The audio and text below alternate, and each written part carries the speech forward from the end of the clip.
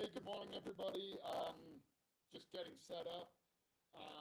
Brandy is in the background doing her little thingamajigs. I don't know that part at all. I mean, for all I know, Brandy could be like literally playing Candy Crush and being like, "Yeah, you're live," and I'm just here rambling. It's just Golden Acres' way to keep me away from customers for as long.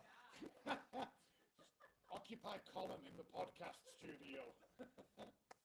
But no, we're getting set up. I hope everybody's having a good Saturday, wherever you're tuning in from. Whether in Calgary, it's not great. We've definitely had worse at this time of year. I was looking through my memories. My phone gives me memories like last year, 3 years ago, springtime. And I think it was 4 or 5 years ago. And on this day, we had like this much snow in my backyard. So, and I don't think it was just my backyard. I think it was all of Calgary maybe had that much snow. I forgot about that. Yep, yep. Welcome to Calgary. So, yeah, the weather's not great today. A little cool. We're expecting some rain, maybe some wet snow. But you know what? Thursday afternoon, we officially opened our perennial and annual department and tree lot. Um, Still very early. We don't have a ton of stuff. I mean, it's fall. Perennials, there's lots of choice, but there is way more stuff coming. And I saw a cart downstairs. I was downstairs gathering some stuff, and we are going to be talking about Waterwise. I'm just chatting away while Brandy is doing the finishing touches. And I saw a cart downstairs, and it had tomatoes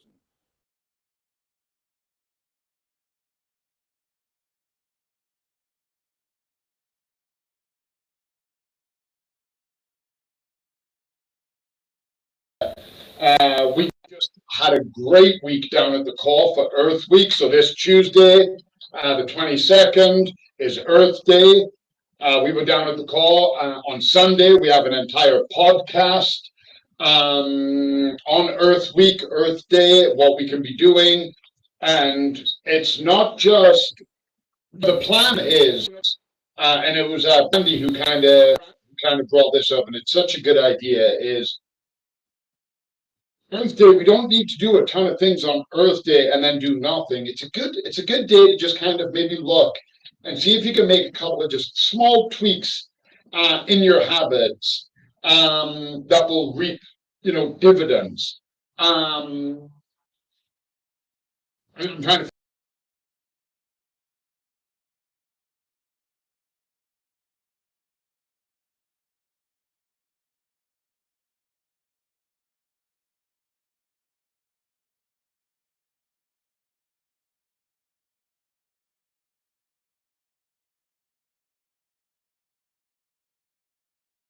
all kinds of. Speaking of that, stay tuned to us because we have some local native plant ecological things coming up. I was going to say we have a planting day coming up, and we're going to be looking for volunteers from the community, and we're going to be doing a big planting in a city park with native plants. And some of these plants have been endangered; they're at risk. Stay tuned because we're going to be doing a lot more on that. I believe the planting day sometime at the end of May. More details coming soon. Feel like I'm doing breaking news.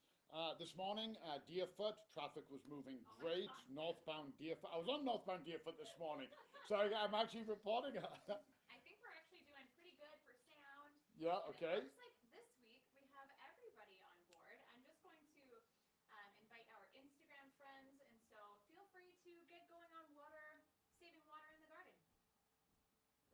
All right. Well, so good morning, anybody who's been listening to me ramble for the last few minutes. We're going to jump right into the topic now.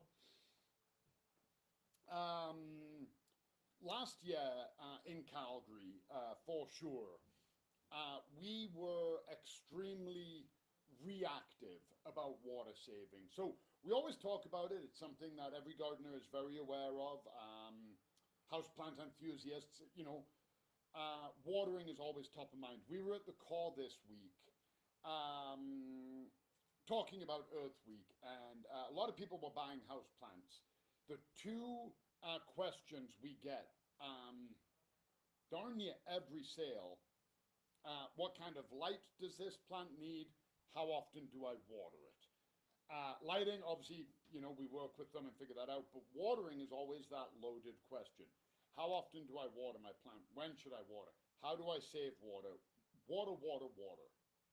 And last year with the water main break, it kind of forced us to be very reactive. Like we were behind trying to explain what people can do, and you know, it, it's a bit like closing the barn door after the horses ran away. These are techniques and tips that we should be doing now. So we're not here to talk to you about setting up a rain barrel. Rain barrels amazing. The city program is just every year getting bigger and bigger. We are part of it. Hopefully, we're getting more rain barrels in. They sold out record time. I'm waiting to hear back from our friends at Green Calgary to find out when my next shipment arrives. And rain barrels are great, but there's a lot more we can be doing other than rain barrels. And anybody who's followed along with webinars or the podcast, really any of our media, one thing we always talk about is amending our soils. And the main focus of amending our soils is the health of the plants, the good stuff we put in. But part of the reason it's so good for the health of our plants is the water retention.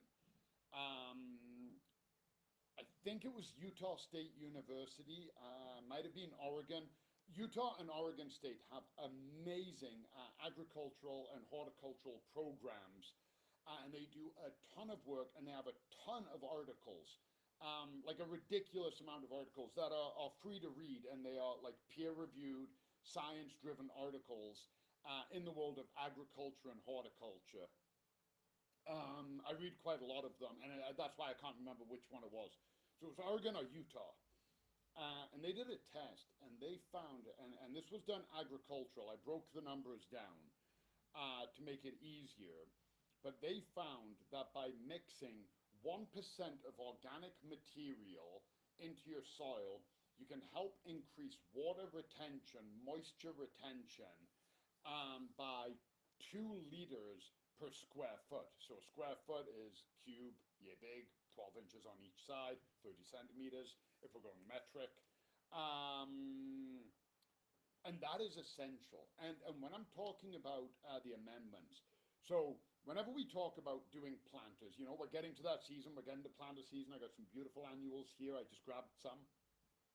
And when we talk about planters and doing our pots, I always say, stay away from your composts, your manures, your topsoils, because they are really, really heavy. That is what we're looking at. Any of those amendments, we're not talking about other one of my favorites, charcoal and rock dust. They absolutely help, and they help with water retention, though they don't absorb it. They help create the aggregates. But we're talking about our earthworm castings, peat moss, cocoa coir, compost, manure. That's what we're looking to add. And the way it works is, there's also perlite, vermiculite. I don't really add them to my garden beds because I can put in all of the heavier stuff. If you do add them, there is zero harm. I personally don't. Now, there's perlite, I've got some potting soil here. We can see the perlite in it. I've done blends before where I have added perlite and vermiculite. I just don't put it in my garden soils. Raised planters, I probably would. Veggie-Pod, excellent example of it. But what we're looking to do with these amendments, they go into the soil, and not only do they absorb more water than the heavy clay or the sandy loam, they also help create aggregates. So one of the things, when I was landscaping, we used to have a joke that when we called a rain day, it wasn't for our comfort. It was how much damage we were doing to the garden. We can put on rain gear, rain ponchos, whatever, or just get wet. It's just rain. It's not going to kill you. It is annoying when it's running in your face, so you know, wear your hat.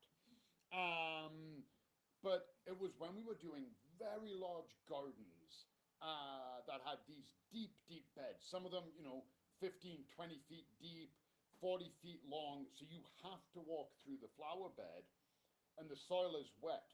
So I'm stepping on it and I'm compacting it and I'm squishing all of those micro aggregates and I'm basically creating something that now water can't get through. I'm disrupting it. We're doing damage to the garden, we need to call it off. That was when we called a rain day. So adding these amendments actually helps the soil form micro aggregates and it's little pockets in these tiny little things. You pick up a handful, you squeeze it together gently, looks like just a clump of soil, but when you break it down and look under a microscope, even a magnifying glass, depending what level of aggregate you want to see, you'll see it's all different sizes of soil. And that's where the water and the moisture gets trapped. So these amendments, they're absorbing water, but they're also trapping water between them. And that's why amending our soil is so important. We're adding rich organic mineral and material for our plants to feed on, but we're also significantly increasing the moisture retention.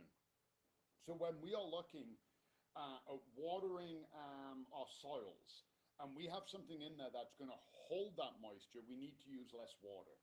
And they did it. I was telling Brandy about this, and I'll see if I can find the video. I'll get it to Brandy, and she can share it. But somebody did a study, and they had 3 patches of lawn. One was saturated, rained heavily, overwatered, whatever. One was very healthy. The garden had been amended properly. They'd put down proper turf builder.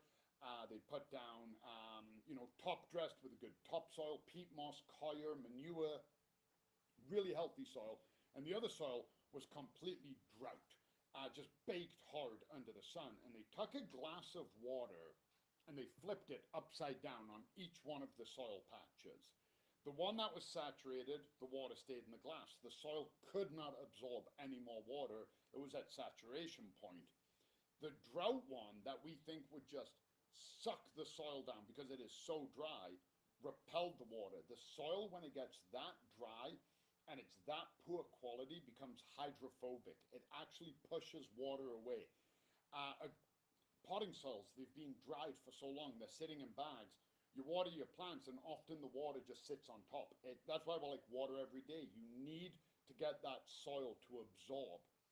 The healthy soil had all of those amendments done properly. They put the glass and the water just went gone instantly. So it shows how much more we can bring in by having a healthy soil. So working with that is important. And then when we're talking now, I'm going to segue into plants.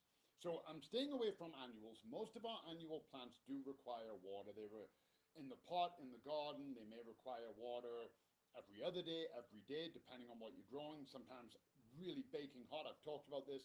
My tomatoes, I might have to water twice a day. And we're going to get to that. There are techniques there. But we're going to talk right now about our perennials. So we are bringing in native perennials. A lot of them are drought tolerant. And I've got some perennials here. And see if I can sneak around because I don't know how close I am to the cameras. Brandy will tell me my focus. But we can see here, there's a water smart, and they all have it. There's our poppy, and I've got a fescue here. Okay, and they say water smart. That means that they're going to be drought tolerant. They are going to be drought tolerant, and it's very important to make this distinction. If I plant this fescue in my garden and I don't water it, it will die. When we think about drought-tolerant plants, the number one drought-tolerant plant we think of, the cactus.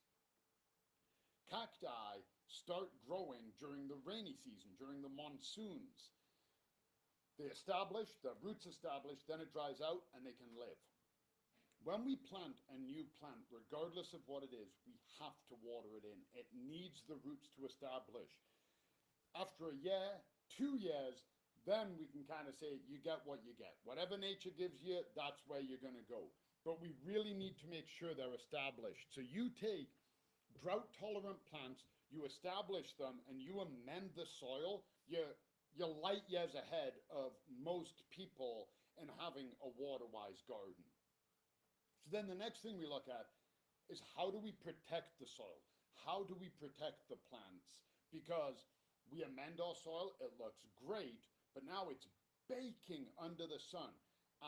Calgary, Lethbridge, windy all the time. So our soil is drying out and the wind is blowing it, all of the dust is blowing out, and we're losing all of the good stuff. So how do we protect it? And that's where we use things like garden fabric, okay? And we put our garden fabric down on our soil. Some people will just leave the fabric. Most people don't like that aesthetic. So then they go with a mulch. And for this, for water retention, my favorite is a shredded mulch. Okay, not the bar chips. Oh, I just got mulch dust in my tea.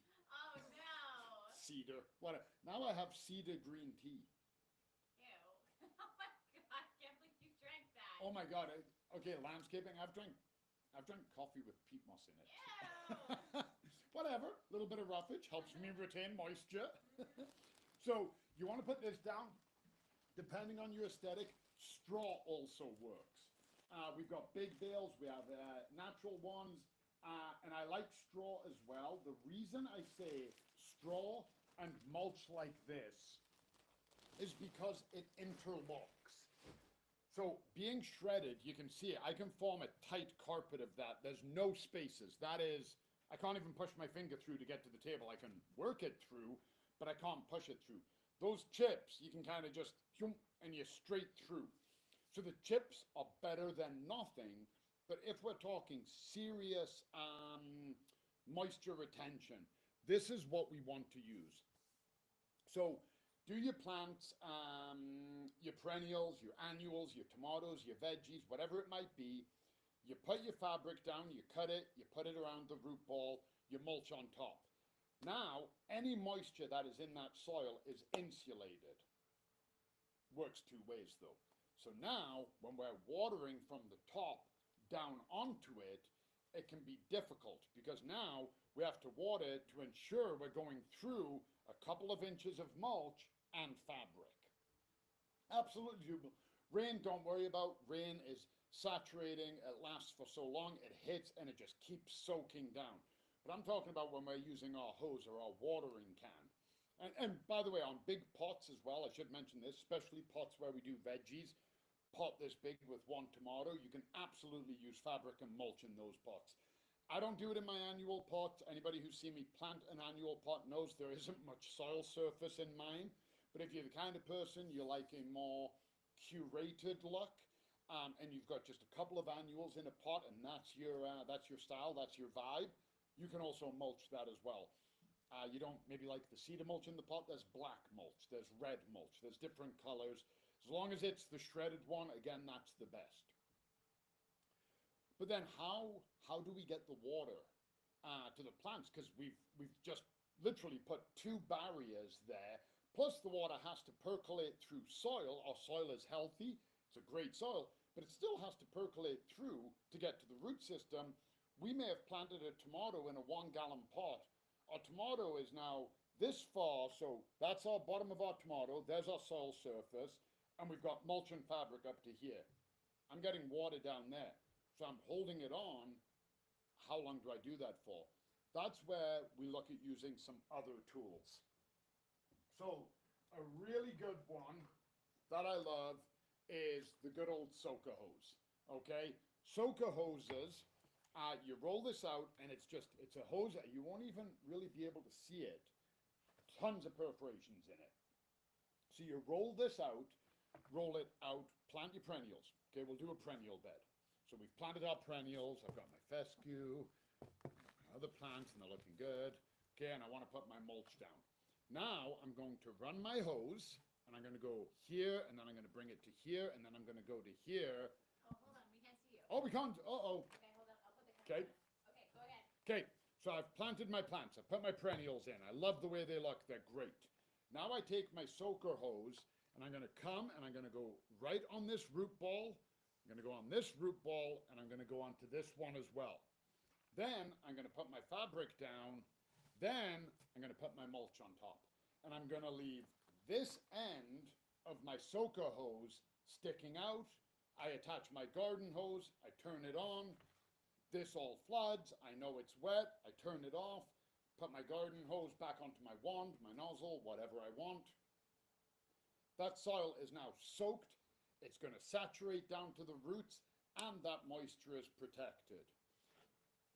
This can be a pain in the butt for some people. They don't want to do it. They don't want to take the hose out, whatnot. They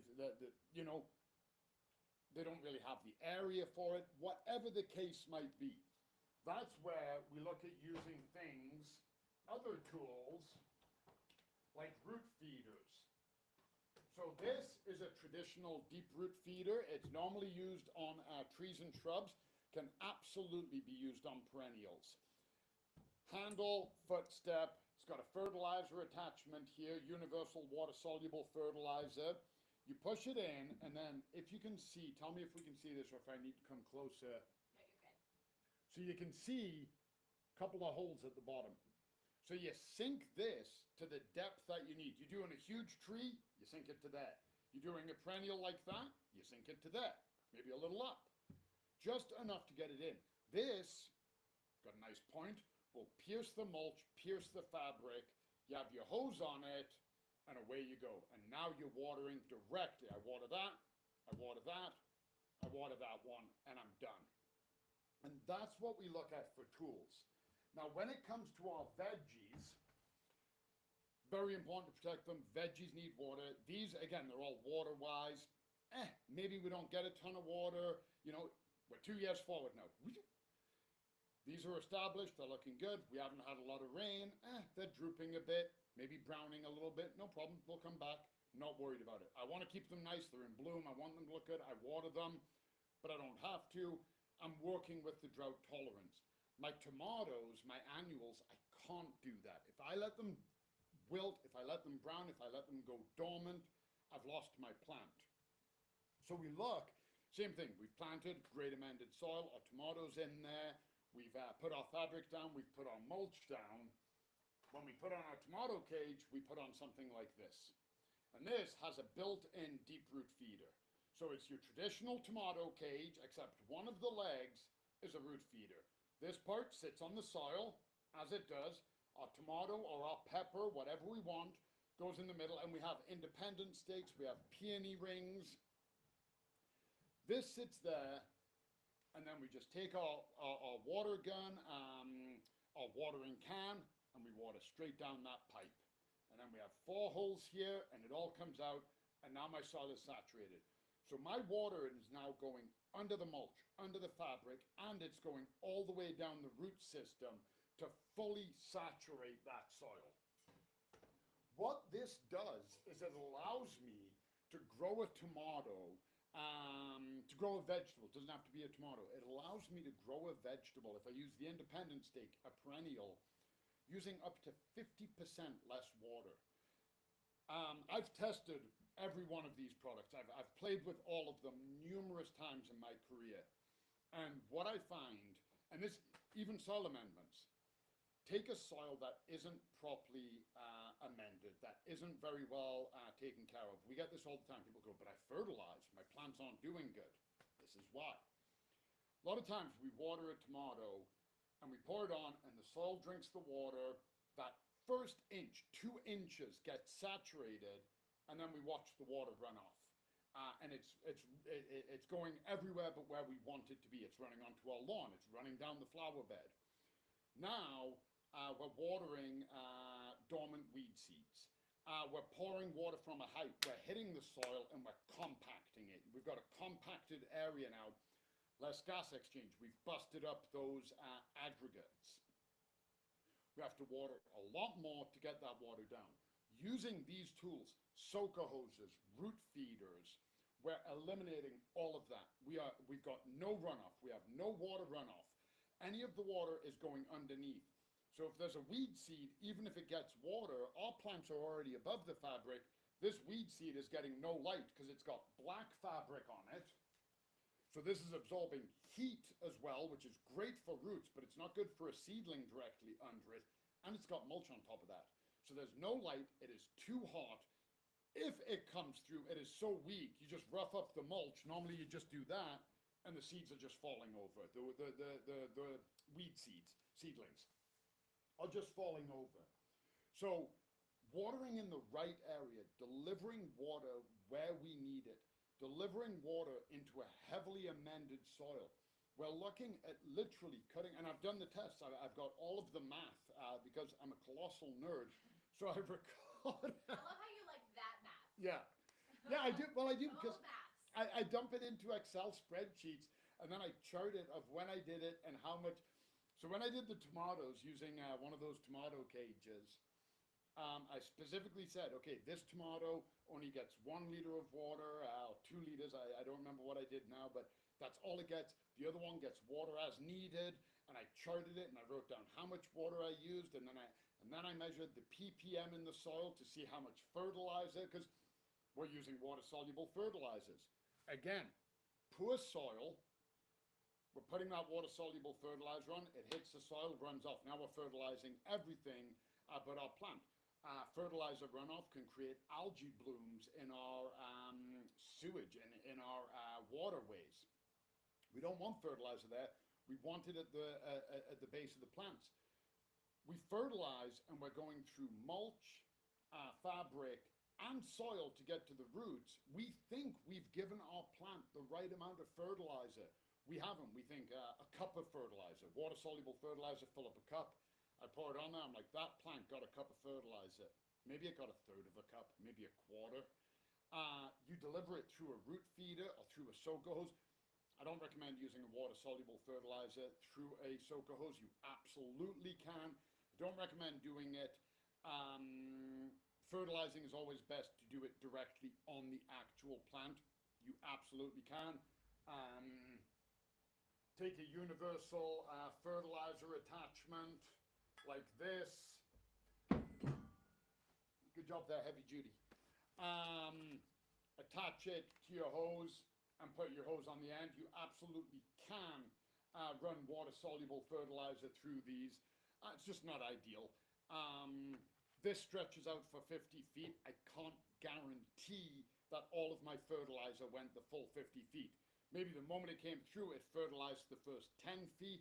The next 40 feet got some, but not enough, because again, tons of different pores all through this. So when you're watering, absolutely, the beginning gets wet first, the back eventually gets wet. Fertilizer, I don't recommend it. So that brings us to the next point. And that is, so we've got all of that figured out. We're doing great. We know what it looks like. How do we know? So we've got our great soil, we've got our perennials, we've got our tomatoes, we got our root feeder cages on. Everything is doing great, but now I can't see my soil. I don't want to be pulling fabric up. I'm defeating the point if I'm doing that. I don't want to be pulling my mulch. You know, we talk about that all the time. We try to limit work in the garden. We're trying to make our life easier. We're trying to save water and prevent weed growth and keep a healthy soil. I don't want to be out there every time I water. Was that enough water? And now I'm running extra water because I don't know, so I'm wasting water. So invest in one of these. And this is a moisture meter. I believe this one is $12 or something. You can also measure pH with this. Most of the time not necessary, but a lot of times people go, how do I check the pH in my garden? This has a pH meter on it as well. So I don't know how well this will show up. I can't come around to the camera. Can we see the needle good from there? Yeah. Perfect. So first thing you want to do is turn your switch to moist. So it's pH off, moist. For this, we're talking about water. We're not talking about pH.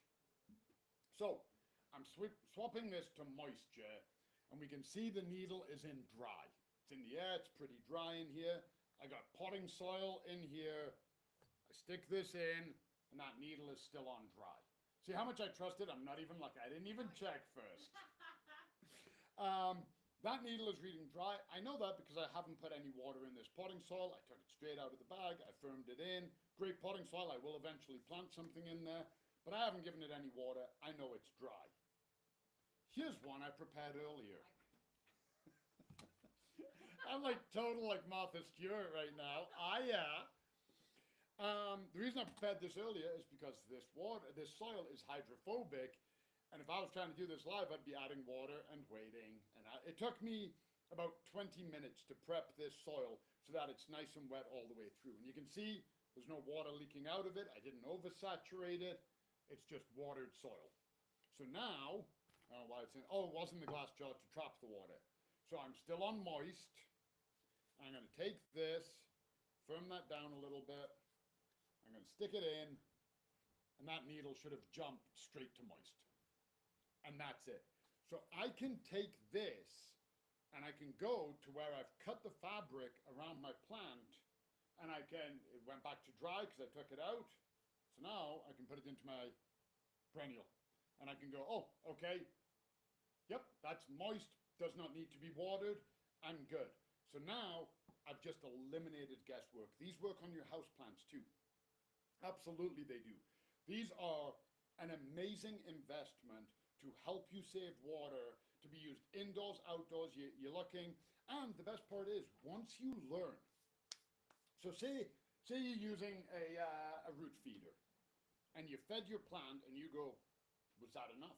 But I don't know. You take this, you stick it in, it reads dry, you go, oh, clearly it wasn't. You add a bit more, you stick it in, it goes moist, or you leave it in the soil as you pour the water in and you watch the needle move to moist. You go, oh, that took 2.5 liters of water to get that exactly where I want it to be. Now I know how much it needs. You don't need to do it again. Absolutely, you can check next month. Maybe it gets a little bit hotter, a little bit drier. Your plant is growing more, it's drinking more water. Not a bad idea to check periodically, but this is going to tell us. Same with the soaker hose. We run our soaker hose for 10 minutes. We go, I think I'm good. We check, we go, oh, perfect, money. That's exactly where I want it to be. 10 minutes, 15, 20, 12 minutes, however exact you want to be, we can nail our timing. And then for things like your soaker hose, if you want to set it permanently, you can put your garden hose on, and where you attach your garden hose to your house, get a water timer. Now that will come on every morning at 5 o'clock. It will water your plants for 10 minutes, and it will stop, and you don't have to do it. Then you just go out periodically, check, everything is good, everything looks good, and there you go. And when we're not using too much moisture, we're saving money, we're helping the environment, we're helping the planet, we're helping our pocketbook. We're not wasting as much, but also we're keeping the plants healthy by delivering water where they need it, but we're keeping the garden healthy. We're not growing weeds. We're not compacting soil. We're not pouring water and we've got that standing water around the tomatoes while we're waiting for it to percolate in, and now we're encouraging bugs and pathogens. We've talked about that before. The mulch, I mean, if it rains, it's one thing, but our mulch will stay dry. So now it's helping repel bugs. The bugs are looking for a drink, but it's underground. So we're giving the water to the earthworms and all of the nematodes and all of the microorganisms under there. We've warmed the soil up with our black fabric. So now everything in gardening, it's all chemistry.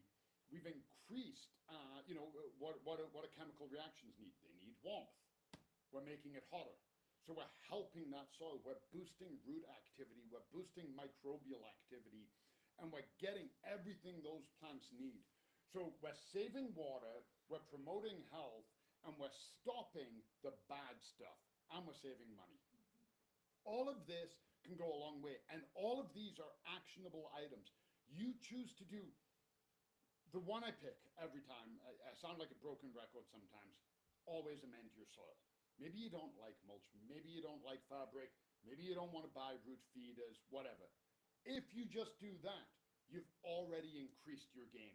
You've helped. Any one of these can be done to help. You don't amend your soil for whatever reason. You're like, I don't need to. Maybe you don't have a bed. Maybe you're just using pots. Okay, that's great. One of these works great in a pot. Okay, you can grow, again, it's a tomato cage. You can grow your tomato in that and you're still delivering the water and you're leaving the soil nice and dry on top. So you can actually help prevent the aphids from coming. Any one of these will absolutely work independently, but when we start combining them all and we do that extra small amount of work now, like I said, We're looking at being proactive, not reactive. You can always put your fabric out, lay it out, put your mulch on it. Now it's time to plant. You pull the mulch back, you take an X-Acto, you cut out a perfect square, dig, put your plant, backfill, push your mulch back. So you don't have to be planting and then cutting your fabric and trying to put it around. There's ways to make this relatively easy. Once the soil is like that, another benefit, this one is a small one, but these all add up. We have fabric and mulch down now, and I step on it. This mulch is cushioning my foot. I'm not stepping directly on the soil and squishing it down. I actually have a barrier now. I've got tight fabric, mulch, and that's going to stop me from crushing the soil. So all of these things go a long way to keeping our garden healthy. Well, it will be heavy. Soil will be heavy. Keeping our gardens healthy and helping save water, and that's what it's all about. So I think I was pretty good for time there. I didn't time myself. Do we have any questions? No, I think like this has been pretty good. I think just like a good recap if there, in case anybody wasn't here at the beginning of the webinar. I know you kind of touched on a lot of it there at the end, but obviously like all of these ways can help to save money, save time, and save water. So like amending your soil was probably like your biggest Yep. tip. It increases water and fertilizer absorbency, reduces runoff, and using drought-tolerant plants, which was once established, Yep. are going to need less water. And you get, and you know, quickly on that too. Yeah. I picked this one. I picked this poppy just for that. A lot of times we think water saving, okay? And what do we think? We think barren. We think desert. We think rock. We think cactus. Right? We don't think lush. But look at that. Look at that flower. Look at that grass. Like, look at the color of it. It's blue. Which one did I grab here? I grabbed a sage. Look at the color. Look at the leaves as it is. And then look at the color of that. So our gardens don't have to be boring. Yeah, I think a lot of people think that water-saving plants are just grass. Yep. Like native Yep. grasses, which they totally are. But it is nice to see flowers. Exactly. And there's native shrubs, perennials, grasses, all designed for water saving. Again, it's all in the techniques. Yeah. Yeah. I love it. No, that'll wrap us up. Okay, well, enjoy your day. I hope everybody stuffs their face with chocolate. That's my plan this weekend is do nothing, lie on the couch, and eat a copious amount of chocolate. So, thank you. Oh, the hair clips. They're hair clips. We have our own Easter bunny. Is it working? Kind of. I'm not very good with hair things, clearly. Here I go. I'm going to be the opposite of the Easter Bunny. Instead of doing chocolate, I'm going to do like a mulch hunt and drop little piles of mulch around people's garden. Gardening Easter day, right? Yeah. No, that's fantastic. Join us next week for more webinars. Yeah, we'll see you next week. And stay tuned. We got podcasts and all kinds of fun stuff. And at this time of year, Brandy does our social, and there is so much happening in the greenhouse. We have a new line of predator bugs. Annuals is open. Perennial is open. We got new furniture coming in. Planting day. Native. It goes on and on. So there's lots to see and do. It's an exciting time. We'll see you next week. Bye, everyone. My ears feel like they're very